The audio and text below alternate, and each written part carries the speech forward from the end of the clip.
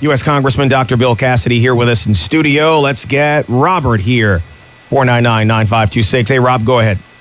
Yes, sir. Doctor, I have two questions, really, and I'll hang up and let you answer them. The first one is dealing with federal income tax. What is the big push against doing away with federal income tax and going to a national sales tax or a fair tax system? And the second question is, in regards to health care, instead of mandating that everyone have health care, I think the solution is to try to control the cost. You being a doctor, I'm sure you're aware of the just insane prices that hospitals charge for things. Yeah, Robert, a couple things.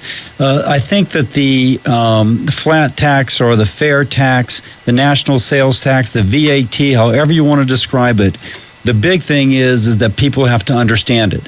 And there can't be a national debate until someone understands that if you have a 17% tax on the new automobile you buy, you make it up in some other way. And it's very easy for folks who oppose it to demagogue it. I think it should be a point of national conversation, but there's going to be a lot of education to bring our country to that point. Regarding health care, I absolutely agree with you. And indeed, among my many problems with the president's health care plan, there's a report by McKinsey. You can go to McKinsey Quarterly website and download it. The 3 imperatives for controlling health care cost: decrease administrative cost, take care of chronic disease, and put in price transparency so you know how much something costs before you get it served to you. The president's health care plan increased administrative cost. It will make price transparency even harder to figure out, and I think it does way too little to control the cost of chronic disease. I agree with you. We need to control cost or else access fails. And hopefully that'll be part of the Republican proposal. And frankly, it's something that I'm working on right now in specific legislation. Great. Thank you. Thanks, man. Thank you, Robert. Here is Melvin next at 499-9526. Hey, Melvin, good morning. Good morning. How you doing, Congressman Cassidy? Hey, Melvin. Hey, buddy. Question, and I'm not a rude person. I'm just a blunt person. So I heard you say something, and I want some clarification on it. You said the president, the pipeline coming out of Canada is waiting for the president to approve it. Right. Now, it's got to be a committee over that thing. I can't believe the president is the person that oversees a pipeline project. Technically, it's the State Department because it goes between because it goes between countries, and so technically it's Hillary Clinton, but it's the president's administration. And the holdup is that some environmentalists don't want us to use that oil from Canada. They would rather it go to China and not to our own petrochemical plants on the Gulf Coast. But that is a State Department issue because it goes between two companies. I'm sorry, what about Congress? Do they play any part in that? Oh, man, we've been passing resolution after resolution. But remember earlier when I mentioned the House can pass something, but if Harry Reid doesn't take it up, it doesn't happen? So one, it's stalled in the Senate, but two, it is something that's under the jurisdiction of the State Department. So ultimately it comes down to whether or not the State Department will approve it. Man, I wish it happened, man, because it would create a heck of a lot of jobs for folks who right now don't have enough jobs. And one more thing, and I'm going to hang up and let you answer this. Y'all talk about Obamacare a lot, but what about Obamacare is really patterned after the health care system that's in Massachusetts. Uh-huh. Yeah.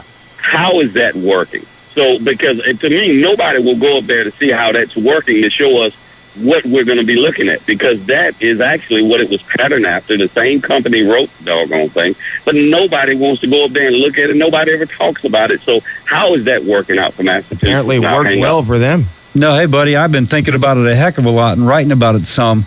And so remember the previous caller, Robert, said if you don't control costs, things suffer. As it turns out, the second highest, I think Massachusetts is either the first or the second in the nation in terms of the premium small businesses have to pay. Yeah. And so they also have an increasing amount of their state budget, dramatically increasing, going to support the program. They're talking about putting in wage and price controls as a means to control cost. Robert's point that if you don't control cost, everything else fails. What we're seeing in Massachusetts now is the failure to control cost may unravel the entire system. How could it have been that the state and then Governor Mitt Romney do this with the support that they had? Because even he says now that it was the best thing for Massachusetts. I mean, in the last debate, he was given a question about that, and he talked about the Constitution of the state and what the best interests of the people there was at the time and why they did this. How could it have been so well received by people on both sides of the aisle and a Republican governor, and then now turn out to be something that isn't working and is in fact costing them money? Two things, three things maybe. First, they had only an 8% rate of no insurers, people without insurance. Right. So nationally, it's 20%. Mm-hmm. It's a bigger reach to go from 20% to zero to go from 8% to zero. That's number one. Number two, in fairness to Romney, after he left office and the current governor took office, they decided not to pay as much attention to cost control. And so that was not part of the original Romney initiative, but that's how it was adapted. If you don't pay attention to cost, the whole system explodes. And the third thing is, I don't fault the guy for trying. I mean, if he tries and it fails, I'd rather that than we not learn the lesson. All right, listen, you had an event that's going on that you wanted to mention. Yeah, just right now we're bringing in federal agencies to help folks if there are grant programs that they can apply for. So if you're a farmer, for example, and you're thinking that there's a USDA program out there to help you become more efficient, this is a place to come learn about it. It's at the Marriott, right across the street from the Xerox building where J-Bo is, and it's starting, Franklin, about 9 o'clock, going to about 1. All right, thank you, Bill. We appreciate the time, buddy. Hey, thank you, guys. Thanks to the callers. Let's get one more traffic on the 9s here.